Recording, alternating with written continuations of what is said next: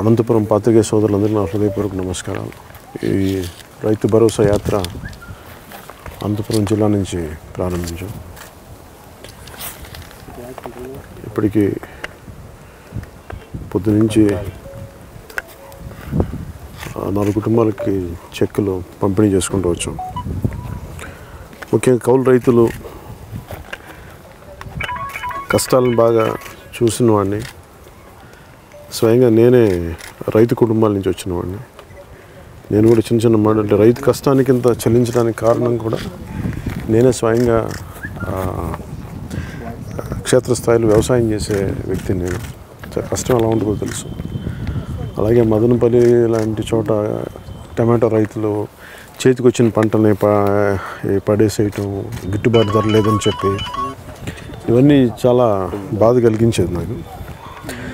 అందుకని జనసేన పార్టీ తరఫున ఎప్పుడైనా సరే రైతుకి అండగా ఉండాలి, అన్నం పెట్టే రైతు కన్నీళ్ళు పెట్టకూడదు, వారికి అండగా ఉండాలన్న ఉద్దేశంతో ఈ దాదాపు 3000 పైచీలకు రైతులు చనిపోవడం గత 2.5-3 ఏళ్ల సమయంలో అండగా నిలబడాలని స్టార్ట్ చేసింది.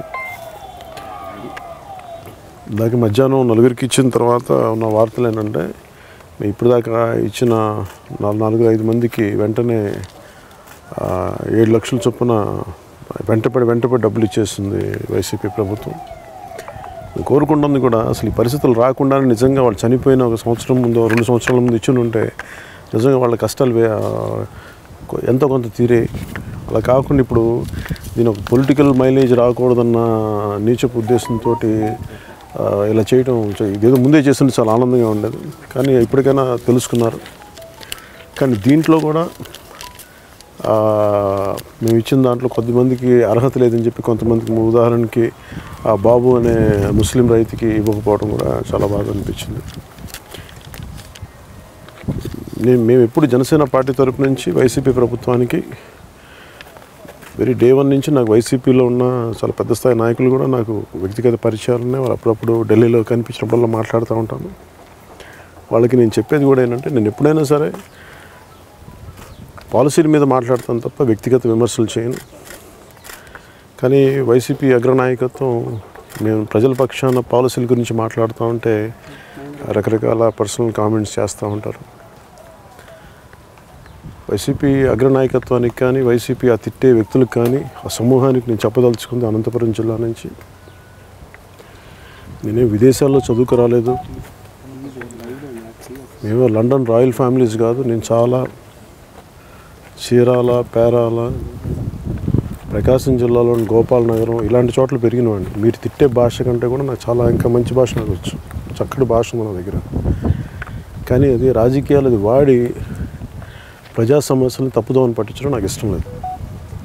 అలాగే ఇంకొకసారి కనుక వైసీపీ అగ్రనాయకత్వానికి అనంతపురం నుంచే తెలియజేస్తున్నా, ఇంకొకసారి కనుక మేము ప్రజల పక్షాన నిలబడి పాలసీల గురించి మాట్లాడుతున్నప్పుడు మీరు సిబిఎన్కి దత్తపుత్రుడు ఇలాంటి పదాలు మాట్లాడితే మటుకు మీరు సిబిఐకి దత్తపుత్రుడు అనాల్సి వస్తుంది.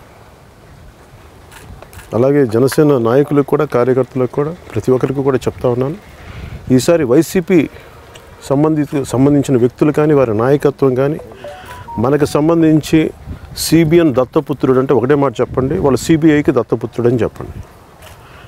వారి పార్టీలో చాలామంది ముఖ్య నాయకులు సిబిఐ కోర్టు దత్తత తీసుకుంటా ఉంది. ఆ విషయం మీరు మర్చిపోకండి. అలాగే 2019 సార్వత్రిక ఎన్నికల నుంచి జనసేనని మీరు టీడీపీకి బీ టీం అని మాట్లాడుతూ ఉంటే నాకు చాలాసార్లు అనిపిస్తూ ఉంటుంది, సరే ఎందుకు లేదని మాట్లాడితే వీళ్ళు ఏడుస్తారు అని చెప్పి కామ్గా భరిస్తూ వచ్చాను. ఇంకా నాకు కూడా సహనం పోయింది. అందుకని చెప్తా ఉన్నా, ఈసారి కనుక మీరు మమ్మల్ని టీడీపీ బీ టీం అంటే మిమ్మల్ని చర్లపల్లి జైల్ షటిల్ టీం అనాల్సి వస్తుంది.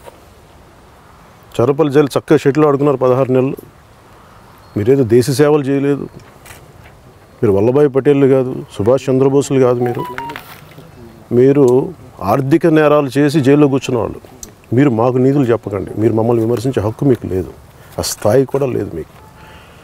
కాకపోతే మంచో చెడో ప్రజలు మిమ్మల్ని ఎన్నుకున్నారు. ఆ స్థానానికి మేము గౌరవం ఇచ్చి పాలసీల గురించే మాట్లాడతాం. ఈరోజు కూడా మేము చనిపోయిన ప్రతి కౌలు రైతు కుటుంబానికి మీరు 7 లక్షల రూపాయలు ఇవ్వాల్సిందే. ప్రతి రైతు కుటుంబానికి మీరు 7 లక్షల రూపాయలు ఇవ్వాల్సిందే. మీరు ఇచ్చే వరకు మేము ఈ సమస్యని ప్రజలందరి దగ్గర తీసుకెళ్తాం. మేము చేయగలిగేది చనిపోయిన ప్రతి కౌలు రైతు కుటుంబానికి మా వంతు సహాయంగా ₹1,00,000 తీసుకెళ్తాం. అన్ని జిల్లాలు తిరుగుతాం. ఇది మొదటి విడతే అనంతపురంలో, ఇంకా 2 విడతలు ఉన్నాయి. అన్ని జిల్లాలు తిరుగుతాం. నేను ఆపేది లేదు. చనిపోయిన ప్రతి రైతు కుటుంబానికి మా భరోసా కల్పిస్తాం. అలాగే దారిలో మాట్లాడుతున్న బాబు అనే రైతు ముస్లిం రైతు కుటుంబానికి కూడా బిడ్డలు చక్కగా మధ్యలో చదువులు ఆపేశారు. 2 ఆడబిడ్డలు. వారికి అదే చెప్పాను. వ్యక్తిగతంగా నేను మా నాయకులందరం కలిసి ఒక సంక్షేమ నిధిని ఏర్పాటు చేసి, ప్రతి జిల్లాకి ఆ జిల్లా సంక్షేమ నిధులు లాంటిది ఒకటి ఏర్పాటు చేసి, నేను దాంట్లో సగం వంతు నేను వ్యక్తిగతంగా ఇచ్చేలాగా, అలాగే మిగతాది స్థానికంగా నాయకులందరూ కొంత పోగు చేసి వారి బిడ్డల చదువులకు కానీ వారి విద్యా అవకాశాలకు కానీ వారికి ఇచ్చేలాగా ఆలోచన చేస్తున్నాం. అది కూడా ఇప్పుడు ముఖ్యంగా హలీమా, హసీనా భాష చదువులకి జనసేన అండగా ఉంటుందని నేను ఈ సందర్భంగా తెలియజేసుకున్నాను. సార్, జనసేన కౌలు రైతు భరోసా ప్రారంభించిన మొదటి రోజే అందరికీ ఎవరైతే కాంపెన్సేషన్ ఇస్తున్న పరిస్థితి ప్రభుత్వం ఎన్ని రోజులు స్పందించకుండా ఈ రోజే హడావుడిగా నిర్ణయం తీసుకోవడం ఎట్లా చేస్తారు?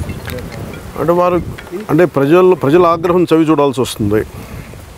అంటే ప్రజాస్వామ్యంలో ప్రజల పక్షాన వహించే వ్యక్తులు, సమూహం, పార్టీలు చాలా బలంగా ఉన్నప్పుడు చర్యలు ఎలా ఉంటాయి, ప్రభుత్వ స్పందనలు ఎలా ఉంటాయి మనం తెలియజేస్తుంది. ఇదే ఈ రోజున కనుక మాట్లాడకపోతే, ఈ రోజున రైతు భరోసా యాత్ర జనసేన ప్రారంభించకపోతే ఇలాంటి పరిస్థితులు వాళ్ళ కదలిక రాదు. ఏదో మేము లేని సమస్యలు ఎప్పుడు సృష్టించట్లేదు. చాలాసార్లు వైసీపీ నాయకత్వాన్ని కూడా చెప్తాను, లేని సమస్యలు మేము ఎప్పుడు సృష్టించడం, ఉన్న సమస్యలు చూపిస్తున్నాం. దానికి మీరు స్పందించి తీరాలని కోరుకుంటున్నాం. అంతే. ప్రభుత్వం ధరల స్థిరీకరణ నిధి ఏర్పాటు చేశాము, రైతులను ఆదుకుంటాము. కానీ మరోవైపు రైతుల ఆత్మహత్యలు రోజు రోజుకు పెరుగుతున్నాయి. అనంతపురం జిల్లాలో వందల సంఖ్యలో రైతులు ఆత్మహత్యలు చేసుకున్న పరిస్థితి ఉంది. వైసీపీ అధికారం కొంచెం రైతులు మన ధరల స్థిరీకరణ దాదాపు 3,000 కోట్లు పైచెల్లుకు ఇంకా అదనంగా ఇంకా 500 కోట్లతో మేము చేస్తామని చెప్పి ఈరోజు కూడా దానికి అది ఏమైపోయింది ఆ నిధి అనేది ఈ రోజుకి అత్తపత్తా లేదు. అలాగే టమాటో రైతులు కూడా చూస్తుంటే మదనపల్లి మేము మార్కెట్ యార్డ్కి పోతుంటే మొత్తం వచ్చిన పంటని చూస్తుంటే అవి వాళ్ళు చెప్పింది ఏవి చేయట్లేదని మనకి చాలా స్పష్టంగా తెలుస్తూ ఉంది. అందుకని రైతుల పక్షాన లేదు, కేవలం ఏదో ఈ ఉచిత పథకాలు ఇచ్చేసి మిగతా అన్ని పబ్బం గడుపుకొని అలా చేసేద్దామని ఉద్దేశం తప్ప, దట్టు కూడా వాళ్ళు ఇచ్చే 12,000 వాళ్ళు ఇచ్చే డబ్బులు కూడా సగం కేంద్ర ప్రభుత్వం ఇస్తున్న డబ్బులు. అది కరెక్ట్గా కేంద్ర ప్రభుత్వం ఇచ్చే సమయానికి 2 రోజులు అదే సమయానికి వీళ్ళు కూడా రిలీజ్ చేస్తున్నట్టుగా ఒక చక్కటి డ్రామా చేస్తూ ఉంటారు అగ్రికల్చర్ మినిస్టర్ను, అగ్ర నాయకత్వం. సో అందుకని నిజంగా రైతులకి అండగా లేదు. కానీ రైతులకు అండగా ఉండేలాగా ప్రభుత్వం వాళ్ళు ఉన్నంతకాలం ఖచ్చితంగా వాళ్ళకి అండగా ఉండేలా మా వంతు కృషి చాలా బలంగా చేస్తాం. రైతులు మేము ఒకటి వాళ్ళకి సంక్షేమ నిధి ఒకటి కంపల్సరీగా ఉండాలి ఒకటి. అలాగే ధరల స్థిరీకరణకు సంబంధించి మటుకు చాలా బలమైన ఫండ్ ఒకటి ఏర్పాటు చేయాలి. అలాగే ముఖ్యంగా ఈ కరువు ప్రాంతాల్లో ఉన్నదానికి ఎట్లా లాభసాటిగా ఉండాలి. ఎందుకంటే నేను ఇజ్రాయెల్లో తిరిగిన వాడిని. దాదాపు నేల ఇలాగే ఉంటుంది, కానీ అక్కడే అది అంతర్జాతీయ స్థాయిలో ఈ అగ్రికల్చర్లో ఎక్స్పోర్ట్స్ ఇలాంటి పరిస్థితి ఉండి కూడా ఇలాంటి నేల ఉండి కూడా అక్కడ చాలా అగ్రికల్చర్ బాగా ఉంటుంది, వ్యవసాయం చాలా బాగా లాభసాటిగా అవుద్ది. ఆ పరిస్థితులు ఎందుకు మనం చేయలేకపోతున్నాం నాకు ఎప్పుడు ఒక మనసును పట్టి పీడిస్తూ ఉంటుంది. ఖచ్చితంగా అలాంటి విధంగా ముఖ్యంగా నేను అనంతపురం జిల్లా కళకళలాడాలని మనస్ఫూర్తిగా కోరుకుంటాను. రైతు లాభసాటిగా ఉండాలని మనస్ఫూర్తిగా నేను కోరుకుంటాను. ఆ దిశగా మేము అడుగులు వేస్తూ ఉన్నాం. మీరు అందరూ బ్లెస్సింగ్స్ కావాలి. రాష్ట్ర వ్యాప్తంగా ఎంతమంది రైతులని ఐడెంటిఫై చేశారు, ఎంతమందికి ఆర్థిక సాయం చేస్తున్నారు? ఇప్పటికీ చాలా వందలాది మందిని చూసాం. అదేంటంటే మేము దీనికి లెక్కలు పెట్టుకోలేదు సార్.